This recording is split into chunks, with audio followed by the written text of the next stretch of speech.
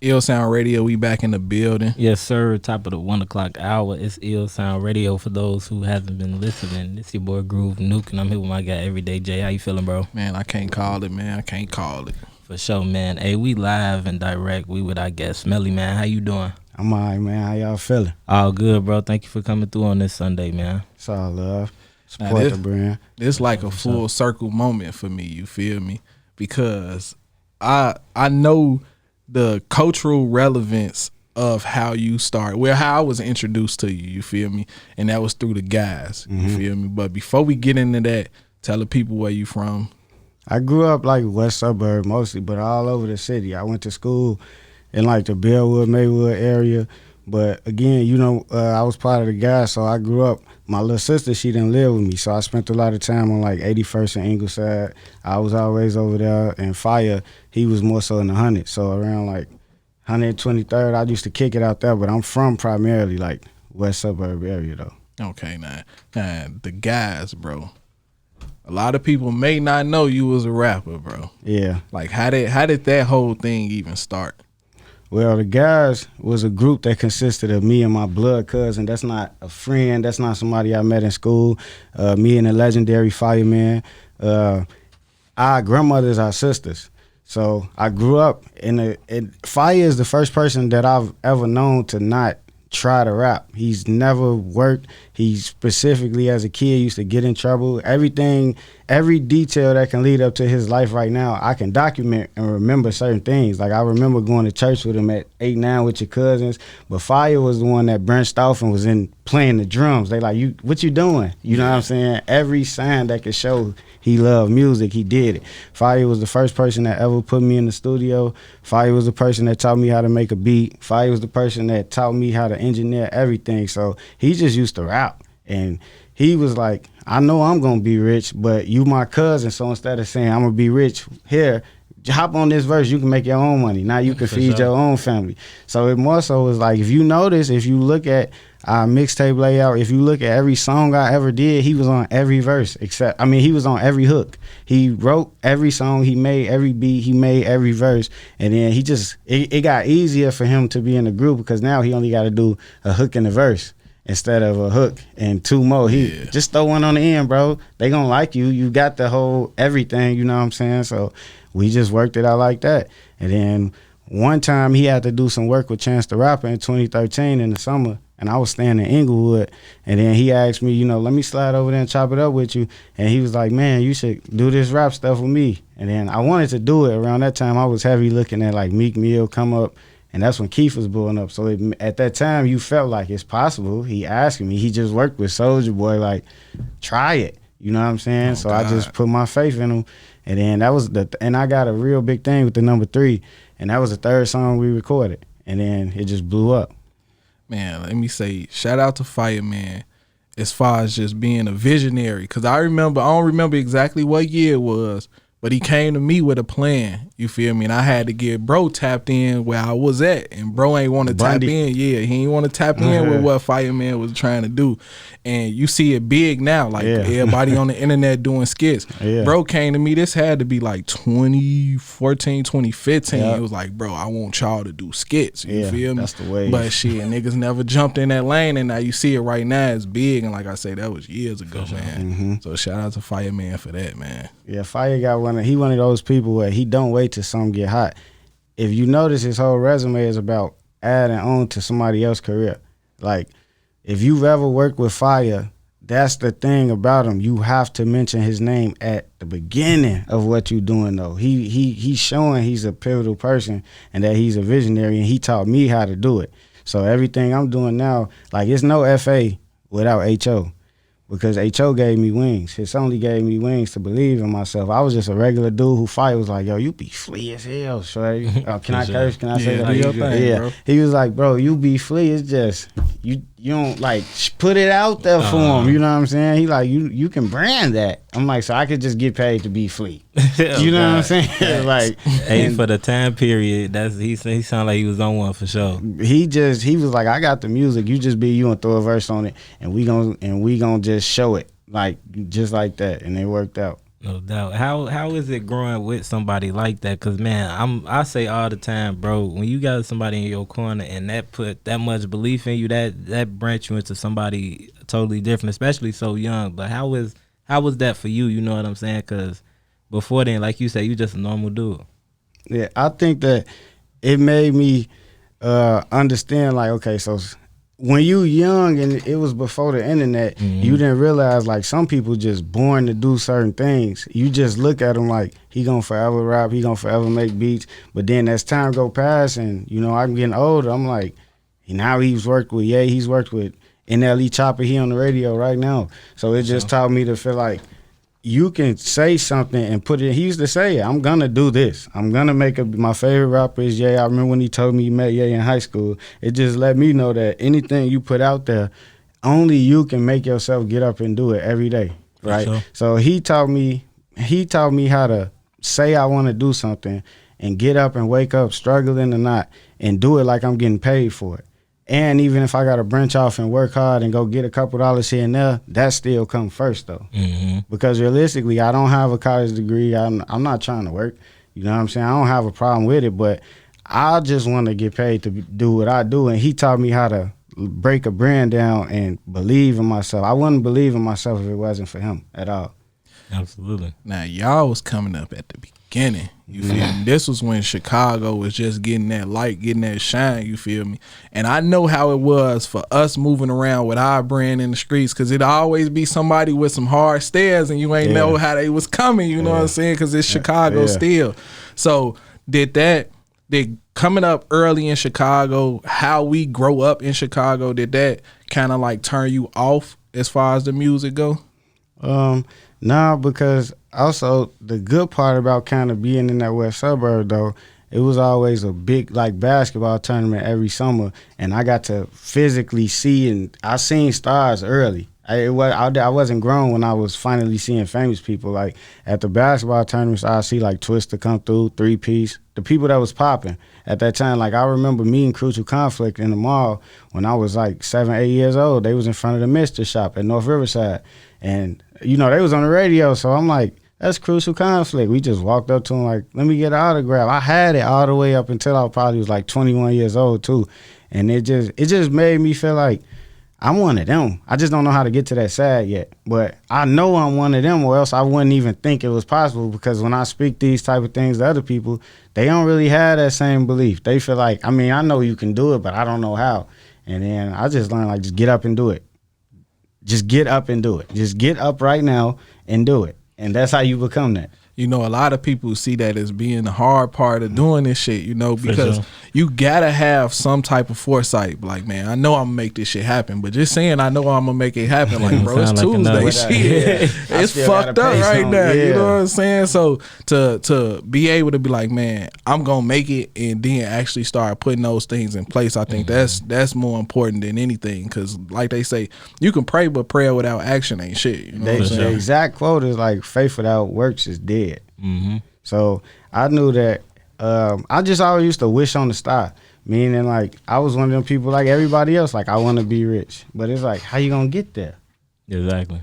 How you gonna do it? You got to do something about it. For real. And you got to do something to your top quality and think that you got to just know it's gonna happen. You got to be able to basically just repeatedly do the unexplainable.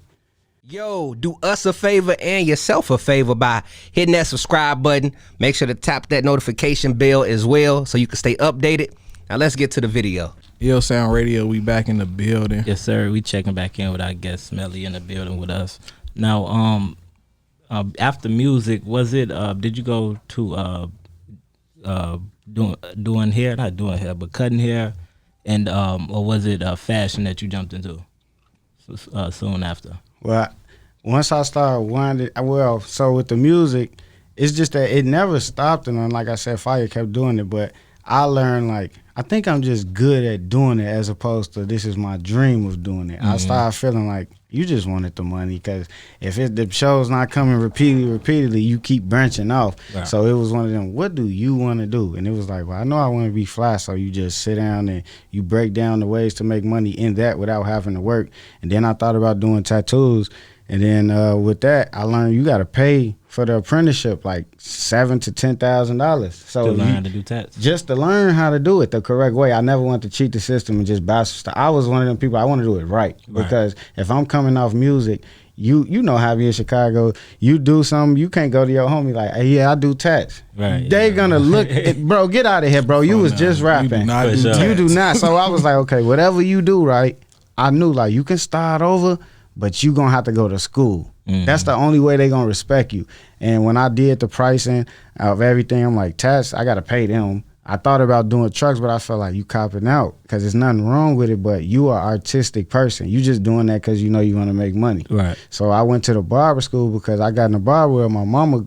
She was a nail tech my whole life. Sure. So every Saturday, I'm just sitting in the shop with her, watching. They'll pay me to sweep up and stuff. So it was always one of them things in the back of my mind, like I know how to do a cut without ever touching a clipper because I grew up in the shop. And then when I went up there, in that you in your down stage of life, you trying to get some money, you go in there and they kicking it, and they like, what you like, they getting paid. I'm gonna try this, man. Then I asked about it. It was affordable, so I just started taking it serious. And then it was with that I learned, like, all right, I can mix the fashion with this because I can just get fly at work and stuff like that. Yeah. And then it just started turning to like, you know what, I'm gonna make my brand about being like a young fly dude, which is like my song was about that I'm known for. I'm really like that. I cut all the scammers and the people who in the clubs and on the hot dudes on the court, and it just started making sense. Like you can go, after I took that time to learn about the cuts, to go above and beyond. And now it's fashion, and then everything that I do under that pushes that up. For sure, man. And I'm glad you speaking on that. For one, I want to say shout out to them beauty shop babies, man. We see a lot growing up because my mom's grew up doing hair as well. You know shop babies. For sure. We see a lot of shit in there. You know, we see people lives like, motherfucker Barber put the mirror in your face, look like a whole new person. You know what I'm talking about? So shout out to beauty shop babies. And I'm glad you really speaking on how fashion is more than just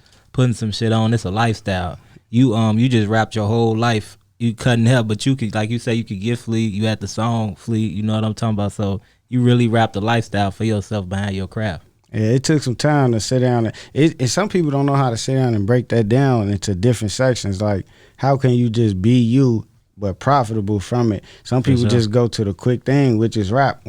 Because I had somebody like Fire around me, like he ain't gonna stop, and you know you'll quit. How can you be around and make your own money?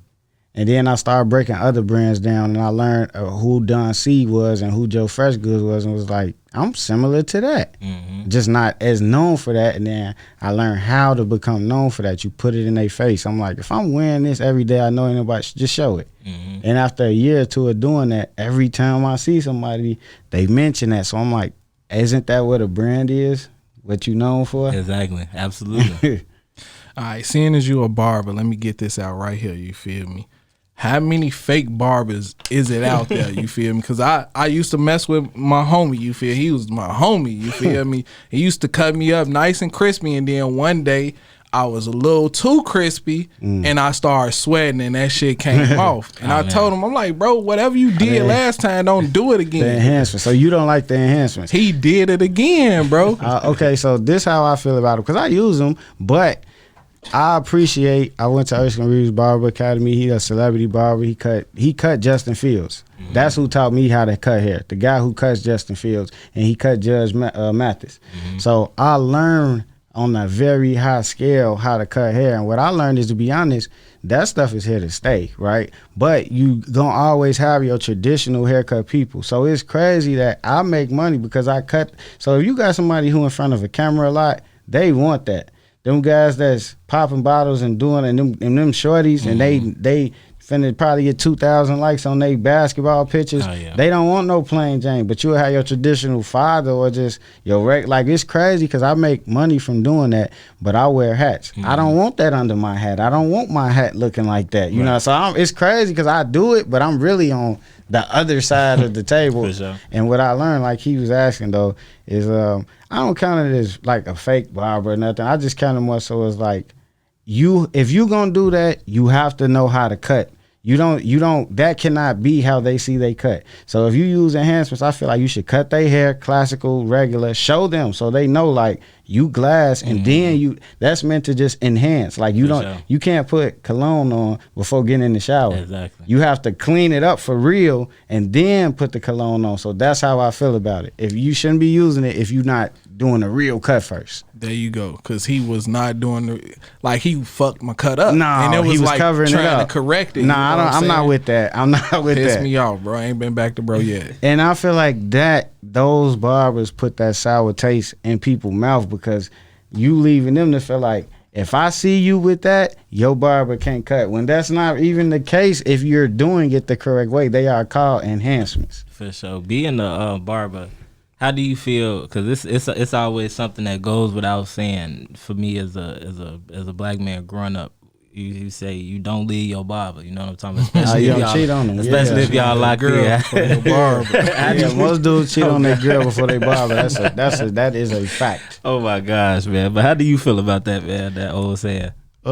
In this new generation though, it don't apply so much because every time they get on the internet, they gonna see a haircut video. So if you a barber giving your client the bare minimum, and then they get on Instagram and see, I'm talking about glass, a haircut For they've sure. never, and the dude might be around the corner, they gone. Oh yeah, for sure. And I've had, I've had people that have been consistent for 2 years. They'll leave because it's a little cheaper somewhere else. They'll get a little ashamed because they didn't got messed up. They'll creep back. But it's like, you have to not be attached to your clients because you got to learn like nothing is forever anyway. That's like, you can live by that. So you cannot just treat people like I own that person. I don't do that. My check gonna spin regardless, and I feel like I'm blessed because I don't look at people like my people. Right. I look at them like, let them go try. I know what I'm working with. For They'll sure. be back. For sure. I go into it like that. All right, explain the evolution of the pricing of being a barber, bro. Yeah. All right, so I feel like around like 2016, when I was younger, haircuts was like $15, $20. And then it's crazy because when I started going to barber school, I noticed like a $10 difference to about $30. So I was like, okay, that's $30. It take you about 45 minutes to do a cut. That's more than any job I've ever heard of. So I'm like, okay, I can get $30 an hour cutting hair. And then I started getting good and started getting better. And then me coming up under a barber who was he was a celebrity barber. He was getting 50. So I went to his shop right before the pandemic. So I was only there for like 60 days. And then the pandemic hit and we had to go home. So I went from getting $30 in barber school to finally going to the shop. So now you can charge more because you're more in a professional atmosphere to 40. And then when the pandemic hit, you had to come to me to get a haircut, even if you want to come. So I'm putting some more tax on it. I want 50. Cuts was taxing. So yeah, so now because I went up on the cuts, what happened when the pandemic over? It's like, what, you gonna humble yourself and go back down, or you gonna stand on that? You gonna stand on your? Cause like, nah, you was just giving me 50. Why I'm finna go to 30? You finna charge it to the game. Yes, man. Look, I knew like, look, this is what we gonna do. I'm gonna stand on what I stand on. If they leave, I'm just gonna have to get new clients. For sure. But what happened was it was like a drought. I go up and then the pandemic was over, they can go back to their regular barbers. So now your money cut in half. You know what I'm saying? Ain't nobody getting no money no more. They ain't spending that 100 like that no more. I just stood on it. And then out the blue, when I was just started like, man, I gotta work on some other stuff. Everybody started coming back like, man, I was getting messed up, man. I ain't gonna lie, that 50 was worth it, bro. For My sure. girl ain't been complimenting me no more. Damn. I walk in the crib, she ain't even nothing. You just there. I kind of see what I was paying for. For sure, exactly. Then that's on top of that. Nowadays, you do pay for the experience. You know what I'm talking about. But shoot, it be like motherfuckers paying 75. You know what I'm saying? And a lot of the time, I get 100. If you ask me to cut your hair today, on the spot. Like, I'm not one of them. You know why? This is why barbering went up too, because I'm not sitting in no shop. Like, this not back in the day where the barber, he wake up, I'm going to the shop and I'm there till 8. I'm only there at the moment that I'm cutting. For sure. Because I'm running a brand. Haircutting is part of my brand. I don't look at myself as a barber. I look at it as a stepping stool to where I'm trying to be. And it just so happened to pay good. For sure. So it's like, it's one of the things I do, and it helps my brand. But I feel like it's a lot of barbers that I respect. Shout out Frida Got Fades. You know what I'm saying? Shout out Jimmy. You know what I'm saying? It's a lot of barbers, Kid Bangs. It's a lot of barbers who, like, I respect it. I ain't gonna knock it, but you can always go above and just take it to the next step, and that's just what I do. For sure that. Man, shout out to all the barbers out there, you feel Yeah, me? all of better them. place. I respect it, you know what I'm saying? Because I remember in high school, it was this guy. His name Michael Jordan. That's his real name. You feel First me? and last? That's his real He's name, snapping. bro. He had a red and black tie and everything. And I went in his shop to get a haircut. You feel me? And he played me. You know, I eventually went back to him and he got me right. You feel me? But he never cut my hair that day. You know what I'm saying? And I walked up to Walgreens right there on 87th and Cottage, bro. I bought me some clippers and quickly fucked my shit up. Yeah, you gonna learn. I ain't gonna lie. Fuck my shit up. Crazy part, true story. A lot of the people, the new clients that I was getting in the pandemic, it was because of that. It was because they couldn't go anywhere. They took matters into their own head. God. I ain't gonna say no names, but y'all know it was a couple of y'all coming. I'm some whole patch on the side, like whole pack, grown men, 30-something years old. That's the part right there. I do not miss them days. It's an area on the head where you know, like, you was in there playing. Wasn't you? You can't even lie, bro. You was in there playing around.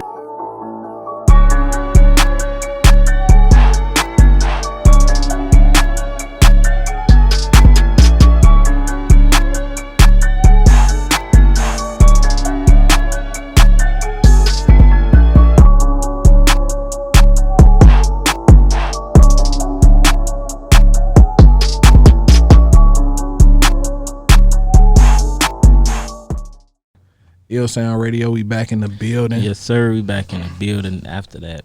Fireman by Lil Wayne. We check it back in with our guest Smelly in the building with us. Yeah, bro. For sure. You have been able to successfully pivot multiple times. You feel me? You went from the music to the fashion and the barber. Now you done jumped into the high school sports lane. You Yes, feel sir. me? What made you say, man, I want to highlight the younger culture? You feel me? All right, so a lot of that too, because I was always I've been playing with a camera about 10 years from Flea. Flea turned 10 this year. So when Flea came out, I just was around the camera, right? And Fire always used to be like, you like being in front of the camera more. So then I started playing with it. So once I started playing with it, taking my own pictures, people would start saying, I like them, can you take mine? And because I cut hair, I had this guy named Dre, Mr. Clinic, shout out Mr. Clinic. He asked me, did I want to come to the Denard Bros pro runs with him? The NBA guys, they was home for the summer, and did I want to shoot them? And then I shot them for a summer, and then when they left, it was like, what you gonna shoot now? Mm-hmm. And so when they left, because I had been posting that, some of my clients who was like high school football players, basketball players was like, can you shoot me? Yeah. So then I'm like, all right, I thought about it, and then I tapped into it, and then I learned. I shot football for one season, and then I learned, like, football, I ain't like shooting it because I never played it and I don't watch it. So it's how can you predict what's going to happen to get them perfect clips if you don't even know what's going to happen? For sure. You go to the right side, they swing the ball left. It just wasn't working. For and sure. then I realized, like, I just shoot what you like. Like, I can go on the basketball court and I know I can look in his eyes like he's finna get hit. Mm-hmm. He's finna swing it to him. So me just putting that camera on that, it just synced. It was like magic. Mm-hmm. And then naturally I already cut. So I cut them ones who was putting me in the gym with them ones. All the shorties I first put a camera on ever, I was one of the first dudes to ever give all of them a mixtape, and they all ranked in Illinois. Every last person I put a camera on is on a ranking sheet. And it was just like, you just seem to always know where to be. For sure. At the right time, at the right place. So then I just built the brand up off basketball based around that. For sure. And these youngins got so much plug and stuff like that, like, naturally, Bruh. bro. It's like a different day and age. I seen Sean Marion at a game. Like, sure, man. they don't just they have real NBA dudes coming to their game out here. It was Ayo off the Bulls at a game. I was in the gym. My favorite shorty from this season was Day Ames. He dropped 65 at my old high school. I was there. I watched it. It was like that episode of Fresh Prince when they was like, give Will the ball. Shorty hit everything, bro. He set the record up there. That's nuts. Watching 65 points in high school, that's like straight buckets all day. He D1, man. He going to Kansas State. For sure, man. And it's times funny, man. I remember going to football games last year. I used to see kids on the sidelines with phones. Like, it was like, it's just different. They be like, hey, take this picture of me right here. I'll be like, bro, focus on the game. But they don't get no fuck. Bro, I go to a game and give a shorty some footage, some tape or something. He ain't even showered. I already got a message. Hey, big bro, you got that footage? Bro, you got it's halftime. Win the game. This footage means nothing if y'all lose, bro. For real. Trying to throw that on the gram. Quick. It's like they playing for the camera now, and it's because it's crazy because our age was no cameras at the games, bro. Like, they already getting top tier media at 16, so it's like they only want that top stuff. Man, what I say, these shorties hooping now, like they way colder than we was when we shorties, because they tapped in with training at an early age. I'm personally locked in with a couple shorties in the city, and all the ones I'm tapped in with, they got they pop. Shout out Dre, my boy LF Dre and Lil Dre 250, because I see what he doing, you know what I'm saying, and I just respect it. And I felt like at first, right, I was going to a lot of the kids I just liked. And then what I noticed was that big hominess came out where I go shoot a shorty. He one of the top ranked shorties, and I would always find a kid I never heard of. It's always a kid on the team that may be better, right? His mama and his daddy not at the game. I done been to games where I seen kids, the whole team win. Those kids who parent that, they take them to go get some food and stuff out there, and it's that one kid that just dropped 25. His mama never even seen. He can't even go buy a Gatorade after the game. So that's what made me start just like, you know what? I'm just gonna give him some free footage. His mama don't even know he can hoop. This shorty, never heard of, bro. Just dropped 25. He dunking and everything. For sure. His mama don't even know. Maybe she'll come to the game if she see it. You know what I'm saying? I never had my parents really, like, my mama was there, but she had to work. So, yeah, of course, she was there for, like, the Little League baseball. But I remember just wanting to play basketball, but nobody knew I was for real. Exactly. So it's just like, although I may go to a game for that one, I got to give some shorty something. Like, that's my give. Like, I got to give somebody who can't afford it a picture or something. That's real. High school basketball is... It's finna be $1 billion industry if it's not already. NILs, you got college players getting $1 million deals. Yeah, this shit. Angel Reese just dropped Benz, boy. She's in college. Name, image, and likeness. You know she going crazy right now too. That's why I be so excited that I don't have to push my kids to play sports. My daughter, she played flag football, track, basketball. You feel me? And I ain't never had to push her towards that. My son, he hooping. You feel me? I got him in the training. You know. Yeah. And I be sitting there and I be watching these shorties because he 11, she 14, bro. And I be in these gyms, bro, and they be shorties that be 8, 9 years old. Getting busy. That got it, bro. All that. You be like, damn, what the fuck? You just bang, bang, tween behind the back. Swear to God. Roll. Like, how, bro? So I love watching the shorties hoop, man. Bro, I got one of my favorite tape I've done is my little homie Marco. That was my favorite tape. I did that tape. Right now, you look on my page, you got like 9,400 likes on it. I had never seen them type of numbers. I thought someone paid for. I'm like, out the blue. I'm like, yo, a whole day I could just do. I'm getting going down. Why did it blow up? But I learned the algorithm. It was because it just so happened to be like that was a good tape. He happened to have enough clout to keep getting it pushed. Mixed what I had, I didn't realize it, but it was a trendy song at that time, the Hanging with Wolves. So it was like that song was already busting on IG, plus that video was getting traction. And then my favorite clip was with Day that he made a shorty fall. Damn. At the UIC.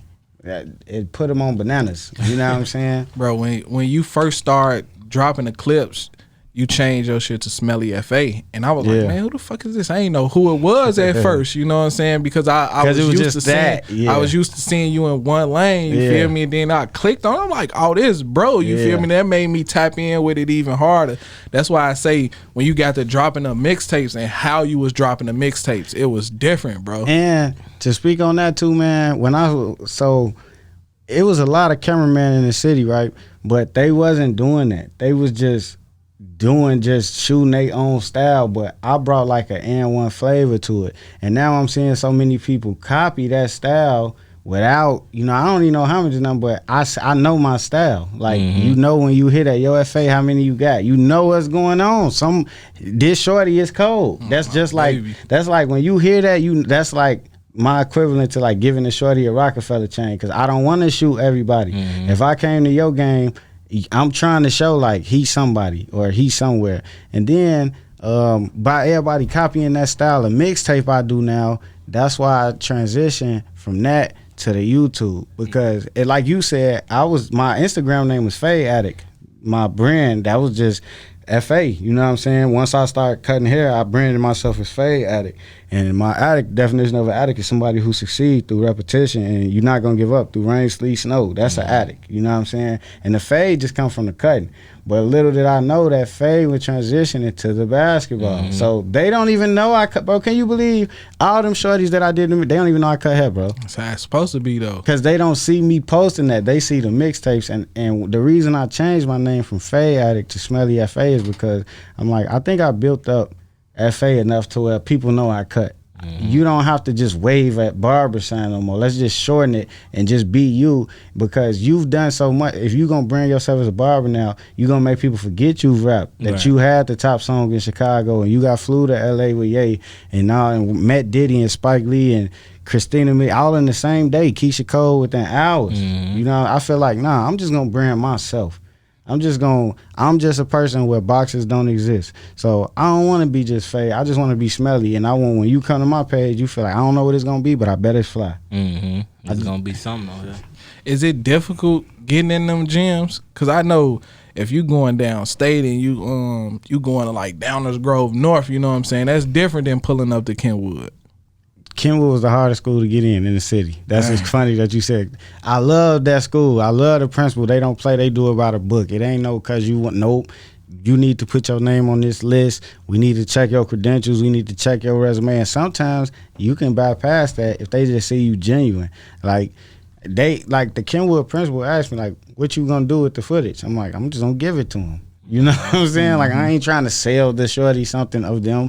Nah, you gonna pay me if you ask me to come. But if I come to you, it can help both of us. So I just give it to him. I wanted to go to the game anyway, so why not? You know what I'm saying? But as far as getting in, to be honest, nah. You know what I'm saying? It's like you can just go and shoot, but you can't do that at like the UIC, Kenwood. They have their own media because they realize we know the power we have in the city right now. You can't just go to probably Simeon, them top schools, but it's not impossible. You just have to go talk to them, show them how you coming, and then tell them like, nah, we already chopped it up. They gonna rock with you. You know what I'm saying? It ain't hard, but you do also have to have the equipment.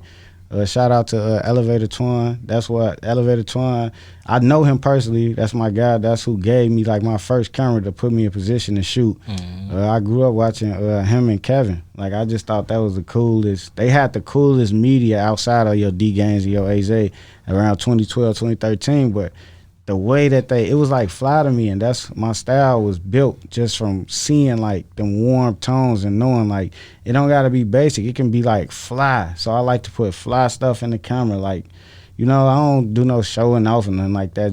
I just like quality content and good. I feel like me mixing quality content with good skill and talent. That's why you get what you see. For sure, man. Speaking of quality, real quick, man, touch on the hat collection that you're getting into and everything like that. All right, so my hat collection crazy. I got hundreds. That's realistically. I got hundreds of new eras. You can walk in any store that sell new eras in the city of Chicago, and they know my name personally. Like, personally, I had my own hat come out at Grandstand Chicago on 35th. They in affiliations with the White Sox, so one of the White Sox merchandising stores, family-owned business, great people. Shout out Steph and Josh. They allowed me and a couple people that was known as COC, but I'm just Smelly. You know, I'm FA. But shout out to y'all too. They allowed me to create my own hat based off my own theme, so I themed it off the Barbershop, the movie. Oh, that's dope. Before we get out of here, let me say this, bro. I've never seen half the hats that you got on. You feel me? That's for real. That's no cap. I've never seen half of them motherfuckers. And for a minute, I'm like, man, he's a celebrity hat wearer. You know what I'm saying? So how do you get these exclusive hats that nobody else could get their hands on? So a lot of the ways they put it out there, I think that some of the times people just register it as like, you know, when you see like people say come do it, they just don't do it. Like it all falls back to when you want to do something, right? People would be like, if you do this, do it. I just start doing what they would say specifically, and it was easy as ever. I just went to the store when it opened and not tried to go at 5 p.m. in the middle of the day. No, go immediately. When they say that, they dropping this tomorrow and the store open at 12, all right, I'm gonna see what happens if I get there 15 minutes early. For sure. And then if it's 100 people, but I was there so early, it's only 30 of them being made, I'm guaranteed it. You know what I'm saying? I did that for so much. I ain't gonna say who, but I did that for so long, I ain't even have to go no more. They just put mine to the side. You know what I'm saying? So I earned it. And I got myself lit in that culture. Shout out to my favorite people in the culture. Shout out to Leaders, Chicago. Shout out to Stash, regular old Ty. Yeah, shout out Burdine, shout out Grandstand, Chicago. And once you in that lane of what you like, and it falls back to just like, and showing love too. You gotta show love. Hey, rule number one, can't forget that. But once you really into that lane, this shit become like communication. Like you can meet somebody with a nice hat on. You know what I'm talking? Now y'all talking hats. Now he got a whole closet like, full of hats. Y'all can swap them out, all type of but shit. when I'm outside, I don't just wear something. People every day, someone is, hey, where you get that? That's just, I learned, like, if I don't do that, the fit don't hit hard enough. So that's where it's based off that. Like, that's a brand. Exactly. My brand is built off where you get that. Real talk. And that's how you communicate, and that shit become like a second language too. Yeah. And I'm tapped in with a lot of the collectors all over the city. So I got people who can give me stuff if I can't even make it. I might have to cut the whole day. I just shoot a message to the store or something. They know me. You spend enough money, people know who you are. It falls down to that. They see you enough, they gonna show you love eventually. All right. If you can go back and give your younger self any advice, what would it be? Take some time alone.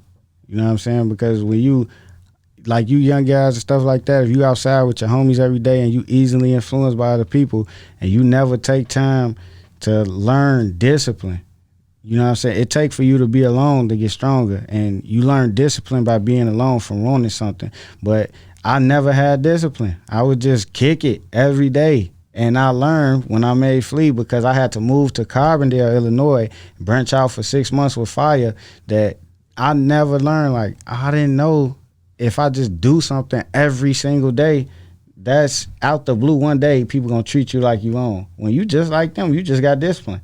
So I would say that if I could tell my younger self something, it was that if you want to do something, just do it every day. Don't try to make it don't try to put like it needs to be like this and like that first. Just do it every day. And before you know it, you're going to start getting them, them big rewards for it. All right, before we get out of here, tell the people how they can get in tune with you, stay in tune with you, find everything you got going on. It's all love. My primarily source of social media is Instagram. So follow me on Instagram at SmellyFA, SmellyFA. And my the Fade Addicts page, where a lot of the YouTube and stuff like that is just Fade Addicts, FADEATTIKS. That's everything. All right, Jimmy, talk to the people. Yes, sir. Hey, shout out our guest, man, Smelly FA. Like I always say when the interview is closing, man, I love meeting people, hearing about their story, man. It gives you a good perspective on who they are. You know what I'm saying? So shout out to you, bro. Shout out to you making what you love a lifestyle, because, man, you will be surprised just the life we live. We don't really get time to do that. If we just follow this shit how it's supposed to go, we don't get time to make what we love a lifestyle. You gotta make that time for yourself. You know what I'm talking about? Yeah. So wherever it went down the line where you just had that moment, you know what I'm saying? Like, I'm gonna do this shit for me, and I'm gonna do this shit to live the life I want for me, so I can change surroundings for everybody. I can make my life more impactful for everybody around me. You know what I'm talking about? Like I say, we be missing out on that, bro. Like, it just be so fucked up sometimes where we can't really get into what we want to do. Exactly. It ain't easy. I just believe it ain't no excuses. Exactly. That's the only way around it, bro, because we all got the same struggles. It's just about, I tell my girl all the time, like, I get through my struggles just getting fly. Real talk. Just getting fly. When you get back straight, you're going to be known for getting fly. Mm-hmm. So it's just about learning how to build brick by brick. For sure, and never let them see you sweat, no doubt. But that's just really the gist of it, bro. So shout out to you. You know what I'm saying? Wish you continued success on everything you got going on, brand push and the coach, everything you pushing for, bro. Wish you continued success. You know what I'm talking about? So I appreciate y'all having me. Show love. For sure, I've been rocking with Jay for a long time, and I just feel like, man, you gotta put on. You know what I'm saying? Like, if I'm gonna do this anyway, I feel like really it's the first like interview I had. I'm working, but this the first one back on some getting real media. So I feel like, I'd rather do it there before anywhere. That's love, bro. Oh yeah, no doubt, man. Salute you for sure. Hey, shout out to Kenneth Sims Jr. May 13th is going down, man. We got the official watch party. iLLANOiZE radio sponsor, man. Make sure y'all RSVP. Go and get that. Go and get them free entry tickets. RSVP, man. On the site, Eventbrite, wherever you look for that. Download that iLLANOiZE app. Stay in tune with the latest news, man. Music, stream music 24/7 over at iLLANOiZE Radio. Submit that music. Follow Ill Sound Radio, iLLSOUND Radio. And Jay, what you got to say to him? Man, salute to you, bro. Cause like you say, motherfuckers been in a minute. And I love to see somebody that I watch, you know what I'm saying, from the beginning grow into something more than what they was, bro. That shit's special. And as a black man, I respect it as a black man, you know what I'm saying? So salute to you, everything you got going. I'll fuck with you and Fireman, bro. And every time I see bro post on the gram, I just get so happy, bro, because it's like, bro, a lot of people don't get a chance to see somebody grow from something or start from something. They just hop on, bro. To see him with Malik Youssef and Kanye West, bro. Malik a real dude. Shout out Grammy nominated, bro. Like that shit's special, and I love to see that. So tell bro, man, I love what he doing. Keep rocking. I love what you doing. Keep rocking, bro. And you already know, bro. The door open whenever you ready to come through it. You feel me? So I love. I appreciate y'all's family. Hey, now before we get out of here, bro, I had put my own mixtape together. This was February 4th, 2016. And I had y'all on it. It was called Annoying. I'm gonna play Annoying on the way out, you feel me? Yes, sir. Till next week, man. Ill Sound Radio. Y'all be safe. Ill Sound Radio is a premier destination for cutting edge music and engaging conversation. We focus on showcasing local talent and emerging artists, entrepreneurs, and much more. So tune in every Sunday from 12 p.m. to 2 p.m. for a mix of electrifying music, thought-provoking interviews, and engaging commentary that will keep you entertained and informed. So get ready to experience the best of both worlds in music and talk with Ill Sound Radio, only on iLLANOiZE Radio.